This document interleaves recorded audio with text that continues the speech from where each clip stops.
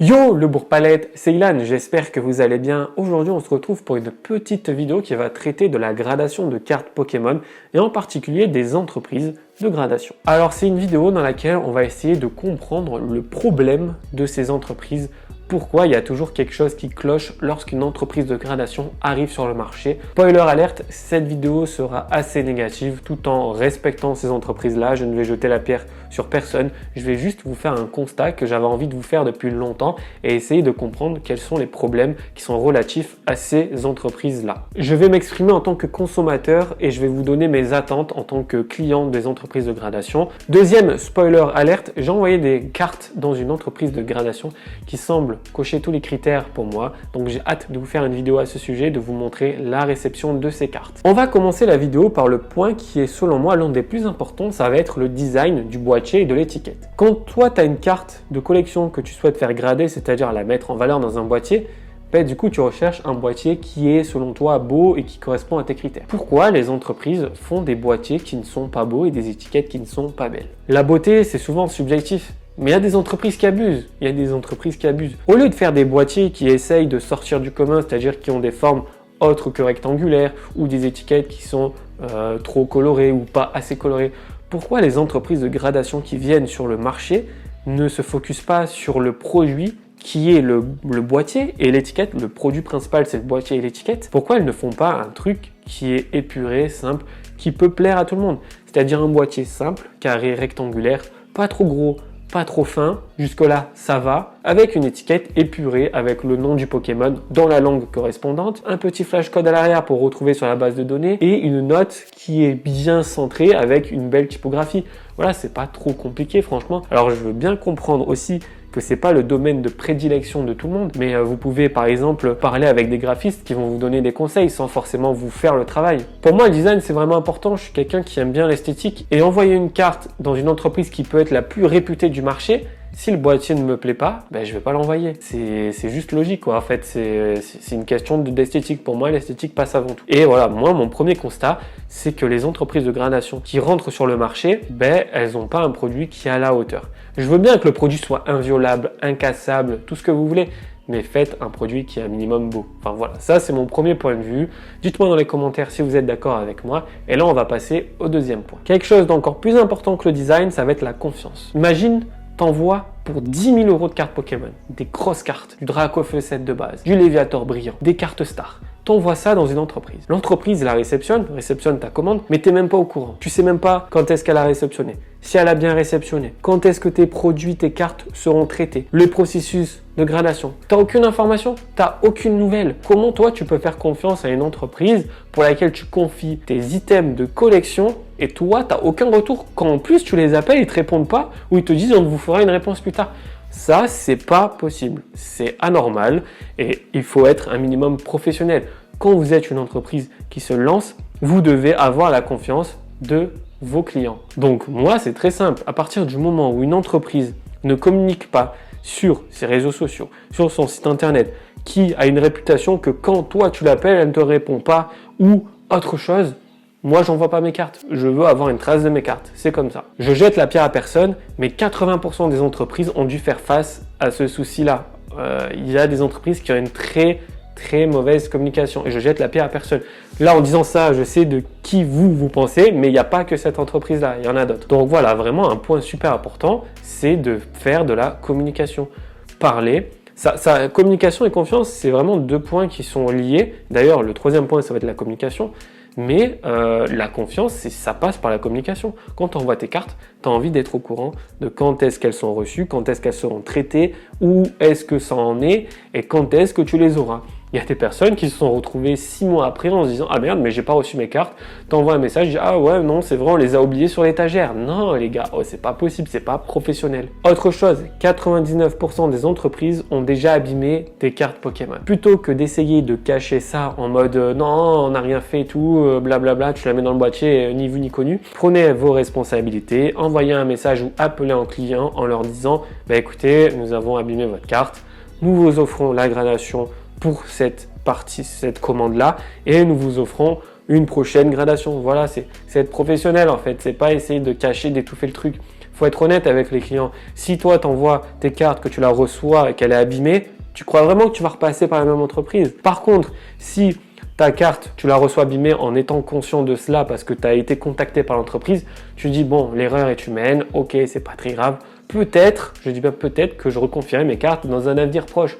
Et en fait, c'est comme ça. Je pense que en fait, les entreprises de gradation manquent de professionnalisme. Et voilà, ça c'est vraiment un point super important. Donc si vous voulez vous lancer sur le marché de la gradation, prenez en compte ce facteur, c'est super important.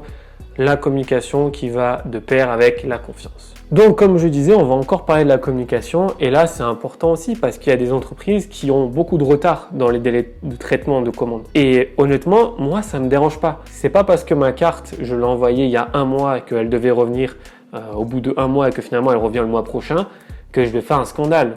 Ça va, perso, je comprends qu'il y a des entreprises qui rencontrent des problèmes ou quoi, il n'y a aucun problème. Mais juste prévenez vos clients, genre envoyez un petit message, une newsletter en disant écoutez, on a rencontré tel ou tel problème, vos cartes auront un peu de retard, nous nous excusons et nous vous offrons 5% sur la commande suivante. Voilà, c'est toujours pareil, on reste dans le même domaine, mais il faut être professionnel en fait. On parle maintenant de tout ce qui est communication, marketing. Quand toi tu vas envoyer tes cartes dans une entreprise qui a un Instagram très bof, un site internet qui inspire pas confiance et tout, toi déjà tu te dis ok, est-ce que je vais revoir mes cartes un jour? Tu vois, genre t'hésites un peu. Je comprends là encore une fois que pas tout le monde travaille dans le marketing ou quoi, mais je pense que faire un site internet épuré, simple, avec un logo correct, c'est à la portée de tout le monde et ça c'est super important parce que ça te permet de justement avoir la confiance des clients. Quand une nouvelle entreprise arrive sur le marché, tu te dis, première chose que tu fais, c'est que tu vas voir soit le site internet, soit les réseaux sociaux. Quand tu arrives sur le site et que tu vois le truc en jette, que ça a de la gueule, que le compte Instagram est bien foutu, il y a les liens de contact un peu partout, mais là tu te dis, ah, pourquoi pas, c'est une belle alternative. Et quand cette entreprise-là, après, annonce le boîtier, que tu le vois et tu te dis ah ouais d'accord, il y a un lien entre le logo de l'entreprise, il y a une charte graphique qui est respectée, que le site internet est beau, que le boîtier correspond un petit peu à l'univers du site internet, tu te dis ok c'est super beau, c'est bien foutu, pourquoi pas. Tu arrives dans une entreprise qui a un logo qui est bleu, le site il est rouge et l'étiquette est noire, tu te dis ok mais quel est le rapport, enfin ça fait pas très professionnel tout simplement. Après, tu as un critère très important qui est le délai aussi. Le délai, c'est quand toi, tu envoies tes cartes et tu te dis, bon, ok, je vais les recevoir, mais tu les reçois dans 8 mois. Dans 8 mois, genre dans 8 mois, t'imagines, il y a eu 4 extensions qui sont sorties, ta carte, tu sais même plus laquelle t'as envoyée. Tu vois, il y a des efforts à faire. Je comprends que les entreprises ont été soudainement impactées par la hype, qui recevaient des milliers de cartes par semaine et tout, je comprends tout à fait. Mais vous êtes professionnel, c'est à vous de prendre le pas et de vous dire ok bon, on va stopper les commandes, on traite ce qu'on a et ensuite on renvoie. Je comprends, il y a le chiffre d'affaires qui rentre, il faut payer les salariés et tout. Mais si tu es une entreprise, normalement tu as les reins solides pour accepter ça. Pour te dire ok bon, on va mettre en stand-by, on a pas mal de cartes qui arrivent, on va traiter petit à petit, on stoppe les commandes pour 1 ou 2 semaines, on travaille comme des fous, on fait de la gradation et après ça se calmera. Tu as aussi ça, tu vois, c'est important. Quand tu es une entreprise, il faut que tu montres que tu as les reins solides aussi. Sinon, tu te dis, ok, si j'envoie plus de cartes, l'entreprise elle fait faillite. Tu vois, c'est ok. En fait, il y a que moi et l'autre collègue du coin qui envoie ces cartes là-bas. C'est un peu bizarre et tout. Enfin bref, voilà, il faut vraiment que l'entreprise fasse preuve de professionnalisme encore une fois et qu'elle sache dire, ok, stop, on arrête, on traite les commandes, ensuite on reprend. Il y a des entreprises qui font du bon travail, que ce soit en termes de communication avec les clients, mais aussi pour des systèmes de délai. Tu vois, genre, tu as des entreprises. Tu leur envoies des cartes, ok, ce sera fait dans 3 semaines. 3 semaines, tu reçois tes cartes. Pourquoi ? Parce qu'ils ont instauré des systèmes qui te permettent d'envoyer tes cartes par slot, par vague. Genre, tu envoies tes cartes, tu as 150 slots qui sont disponibles pour la semaine temps, il y a 150 cartes qui partent, hop, c'est fini, il n'y a plus de commandes, et tu attends 2 semaines. Tu vois, ça, c'est vraiment intelligent. Ok, tu te brides sur ton chiffre d'affaires, sur ton volume, mais au final, voilà, tout le monde est content. Et pour conclure, je dirais que quand tu veux te lancer sur ce marché-là, c'est hyper compliqué parce que les membres de la communauté Pokémon les plus agressifs, entre guillemets, seront là à te descendre dès que tu arrives, tu vois. Genre, t'es là, il suffit que ton nom ne plaise pas, rien que ça, ton nom ne plaise pas, tu vas te faire descendre. Donc c'est assez compliqué déjà d'exister en tant qu'entreprise de gradation et respect à toutes les entreprises qui se lancent, qui sont des vrais passionnés et qui veulent faire du bon travail. Gros respect à vous parce que c'est un gros travail. Mais voilà, déjà, vous avez une base qui est de faire un bon truc. Vous vous rendez compte, si vous arrivez sur le marché avec un nom pourri et tout le reste qui est pourri, vous allez vous faire allumer. Pour qu'une entreprise de gradation fonctionne et soit réputée, il faut que des membres de la communauté qui sont eux aussi réputés vous valident. Et pour ça, il faut que vous donniez confiance en votre produit. Il faut que vous ayez un bon site internet, une bonne communication, quelque chose de bien rodé, des explications claires sur votre site internet. Comment est-ce que vous allez grader vos cartes? Quels sont les systèmes de gradation? Quels sont vos critères de gradation? Comment est-ce que tout ça c'est foutu? Quelles sont les machines que vous utilisez? C'est important d'être transparent à ce sujet parce que les gens qui envoient les cartes, ils veulent avoir une preuve que vous êtes professionnel. Donc pour moi, mon point de vue, je vous le donne en conclusion, si vous souhaitez vous lancer en étant une entreprise de gradation ou les entreprises de gradation qui peut-être m'écoutent, enfin je fais le mec mais j'en sais rien, mais franchement il y a ces critères à respecter et du moment où vous avez respecté ces critères-là, vous avez le droit à l'erreur, il n'y a aucun problème. Vous venez de vous lancer sur le marché, il peut y avoir des boîtiers cassés ou quoi, c'est pas grave, ça va, il faut pas jeter la pierre dès le début direct, tu vois. J'ai vu des entreprises qui se lançaient juste parce que le nom était pourri et se sont fait allumer. Non, c'est pas correct de faire comme ça. C'est pas correct. Donc, respectez ces critères-là. Ça va donner envie aux gens de tester vos services.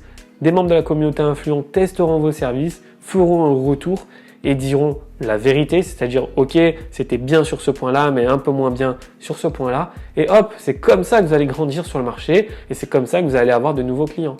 Donc vraiment, moi, mon conseil, je suis vraiment personne, hein. Moi je suis juste un petit collectionneur dans mon coin, pas loin de Marseille, là, perdu. Mais voilà, genre vraiment, moi, je vous parle en tant que consommateur. Si j'envoie mes cartes dans une entreprise, il faut qu'il y ait tous ces critères-là. S'il n'y a pas ces critères-là, c'est mort. Même si cette entreprise-là a une grosse valeur sur le marché, non, ça va pas être possible. Il faut que je sois rassuré. Moi, je suis quelqu'un qui a besoin d'être rassuré. Et voilà. Donc moi, pour conclure, ce que je disais, c'est que si vous voulez que votre entreprise soit validée par la communauté, respectez ces critères-là. Communication, délai, design, transparence et confiance. Confiance, très important. Et une fois que vous avez ces critères-là, ça va donner aux personnes de tester vos services, ça va donner envie à nous, consommateurs, de tester vos services et nous, on fera des retours et c'est comme ça que vous allez grandir. J'espère que vous avez aimé cette petite vidéo sur le sujet de la gradation de cartes Pokémon. C'était Ilan et on se dit à très vite pour une nouvelle vidéo. Ciao tout le monde!